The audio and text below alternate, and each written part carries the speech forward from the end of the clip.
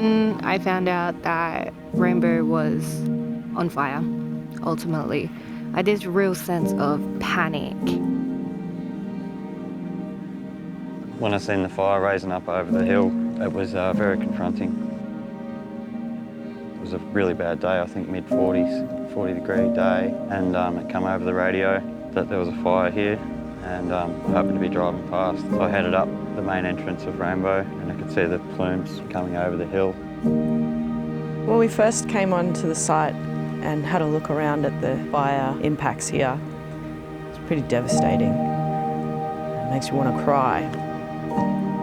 You can see the havoc caused here from wildfire. This here is devastating and not in any way a cultural burn or any reminiscence of caring for country. But there's a positive side. Where there's destruction, there's creation. And so while we feel that hurt for this land, it also warms our heart to see how nature can repair itself, and all we have to do is help it a little bit. Obviously, we didn't lose Rainbow, which is amazing, but it's that sense of gratitude and gratefulness and being able to bring culture and revitalisation of the landscape. We rely on certain spaces to feel culturally safe, but we can create our own spaces, which I think is really important, because if we can't do that, well, then we're not going to feel safe anywhere.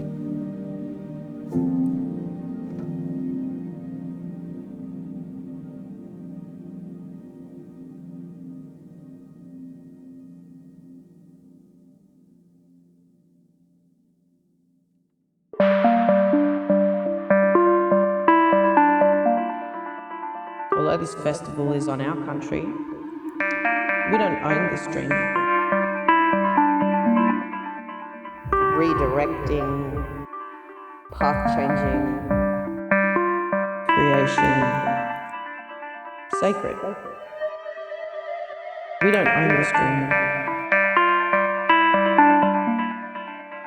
We celebrate this.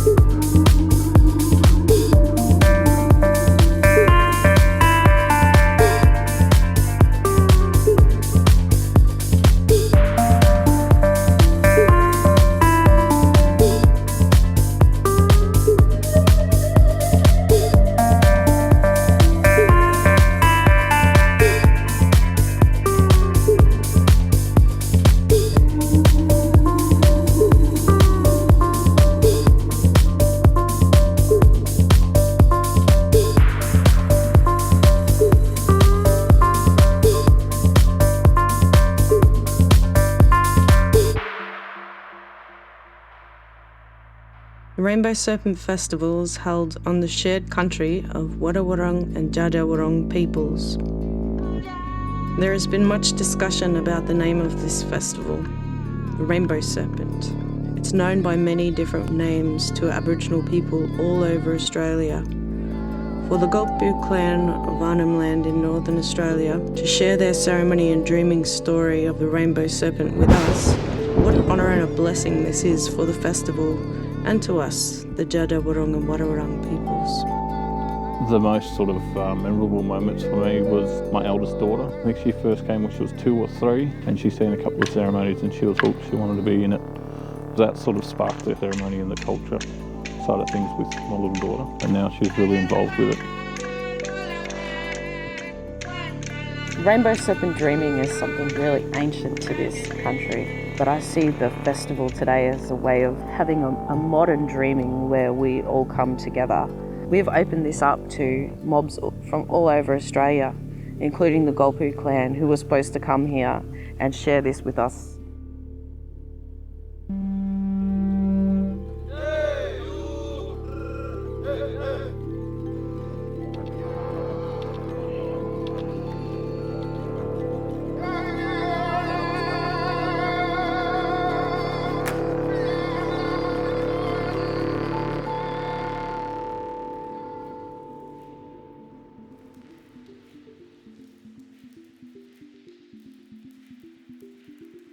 When we conduct these ceremonies, it's not just for all of the crowds of people here. That's part of the reason.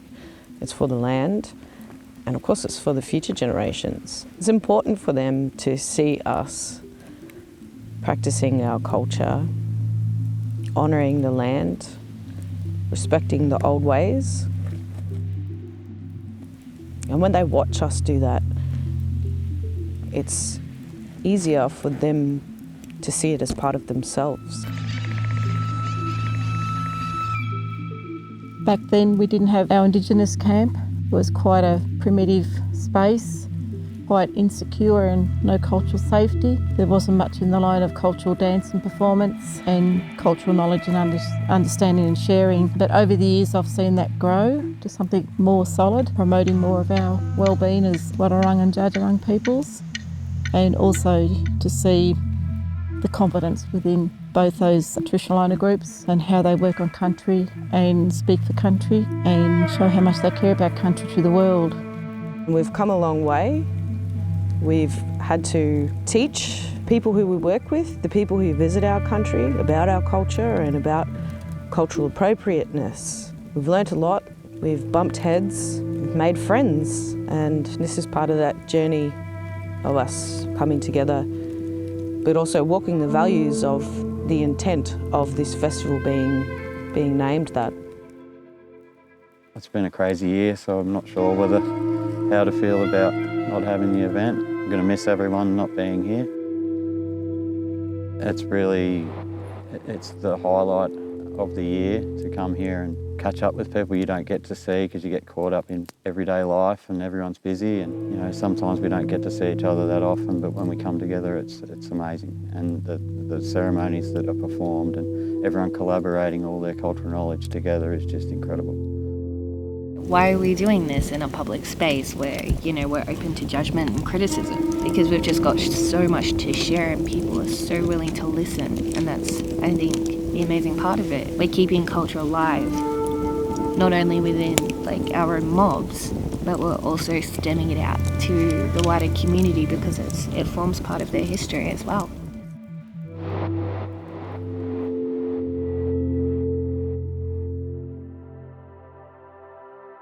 This festival started on the Australia Day, Survival Day, Invasion Day weekend, whatever you want to call it.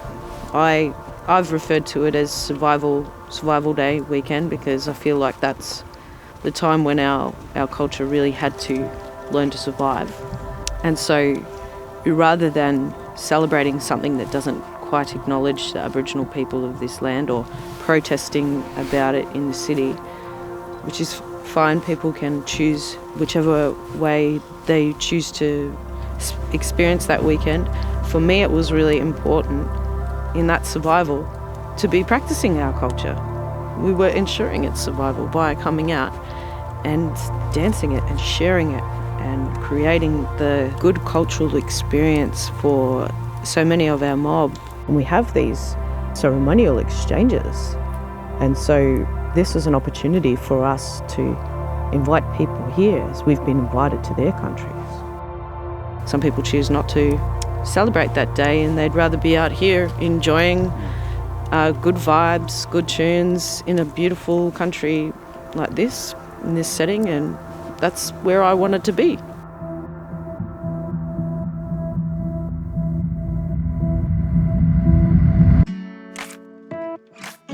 Other people may see that having a festival with an Aboriginal name on Australia Day, they may see it as offensive, and they're entitled to that opinion and perspective.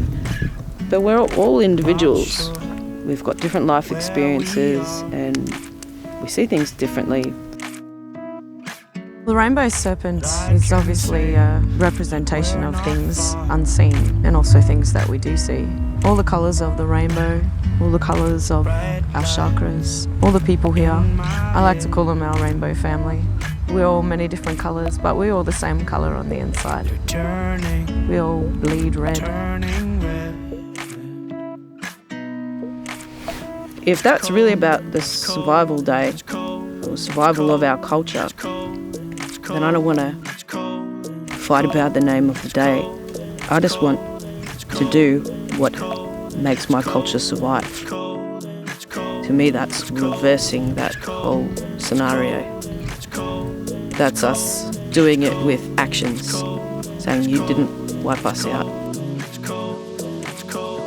We're still here and we're still keeping our culture strong and alive.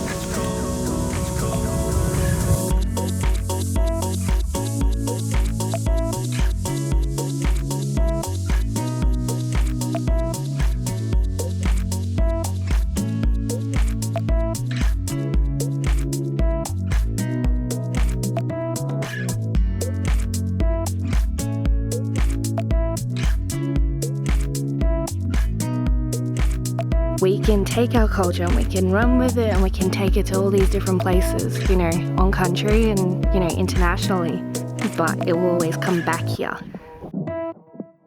In Jara, like we talk about returning and doing the full circle, and in Jara language we call that Juweno Eni Ananu, which means I will return to you. This place holding the ancestral power, Matenga Kolimuro, which is the ancestral spirits, Juweno Eni Ananu. And that's kind of how I felt. So I cried when I got out here. It reinforces that we're returning and we're doing that full circle to come back and give culture, to receive culture, and to, you know, share it with everybody.